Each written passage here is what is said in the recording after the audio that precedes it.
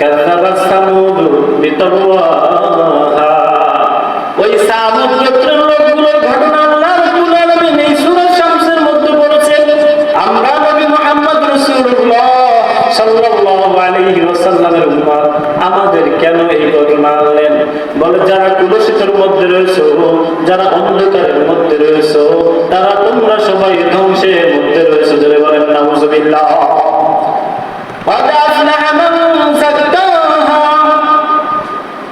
কোরআনটা পড়ে যারা তারা নিজের আত্মাকে তাসকিয়া করেছো, আল্লাহর জিকির করে যারা কলবটাকে তাসকিয়ার মধ্যে রেখেছো, গুনার কাজ থেকে বেঁচে যারা নিজের কলবটাকে তাসকিয়ার মধ্যে রেখেছো, মুখের বলা থেকে বিরত থেকে যারা নিজের কলবটাকে তাসকিয়া করে রেখেছো, তারাই হলো সফল কাম।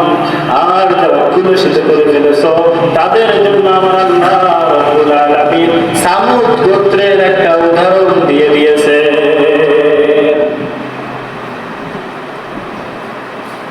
ফারিকুন ফিল জান্নাতি ওয়া ফারিকুন ফিস সাঈর।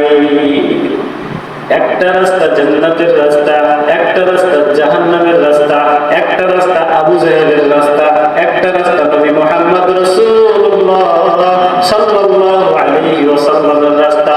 জোরে বলেন সুবহানাল্লাহ। আপনাকে আকল এবং জ্ঞান বিবেক দিয়ে দিয়েছেন, আপনি মন চাইলে, মুফাসসিরিন কেরাম বলতেছেন, আপনি মন চাইলে গুনাহ করতে করতে গুনার সাগর হয়ে যান, এটা আপনার ব্যক্তিগত ব্যাপার, আপনি জাহান্নামে যাবেন, এটা আপনার ব্যাপার। কিন্তু আপনি মন চাইলে জান্নাতেও যাইতে পারেন। জোরে বলেন সুবহানাল্লাহ। এর জন্য জান্নাতে, এই জাহান্নামের মধ্যে যাওয়াটা কঠিন, জান্নাতে যাওয়া সহজ। জোরে বলেন সুবহানাল্লাহ। জোরে বলেন সুবহানাল্লাহ। জান্নাতে যাওয়া কি ভাই? সহজ। জাহান্নামে যাওয়া কি ভাই? কঠিন। ইন্নাল্লাযীনা আমানু ওয়া আমিলুস সালিহাত কানাত লাহুম জান্নাতুল ফিরদাউসি নুজুলা। জোরে বলেন না সুবহানাল্লাহ। জান্নাতে যাওয়ার জন্য একজন মুমিন ঈমান আনার পরে সলিহ কাজগুলো করলেই তার জন্য জান্নাত। জোরে বলেন সুবহানাল্লাহ। গুনাহের কাজ করার জন্য অনেক কষ্ট করা লাগে। আজকে মিথ্যা কথা বলবেন, মিথ্যার জন্য আপনাকে কষ্ট করা লাগে। আজকে আপনি মার্ডার কেসের আসামি হবেন, গুনাহের কাজ করবেন, আপনাকে কষ্ট করতে হয়। কথা বলেন ঠিক কিনা? আপনি মানুষ হত্যা করবেন, জেল খাটতে হবে, কষ্ট করতে হয়।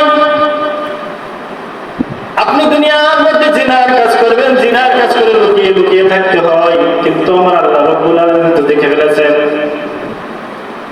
দুনিয়ার মধ্যে আপনি যে অন্যায় কাজটাই করেন না কেন, কষ্ট ছাড়া আপনি করতে পারবেন না। এর জন্য জাহান্নামে যাওয়াটা কিন্তু কঠিন রে ভাই, আর জান্নাতে যাওয়াটা সহজ। রাস্তার পাশেই মসজিদ, এসে নামাজ পড়েন, আপনার জান্নাত। জোরে বলেন সুবহানাল্লাহ। ফজরের নামাজটা পড়ে কোরআন তেলাওয়াত করেন, আপনার জন্য জান্নাত। আপনি পর্দা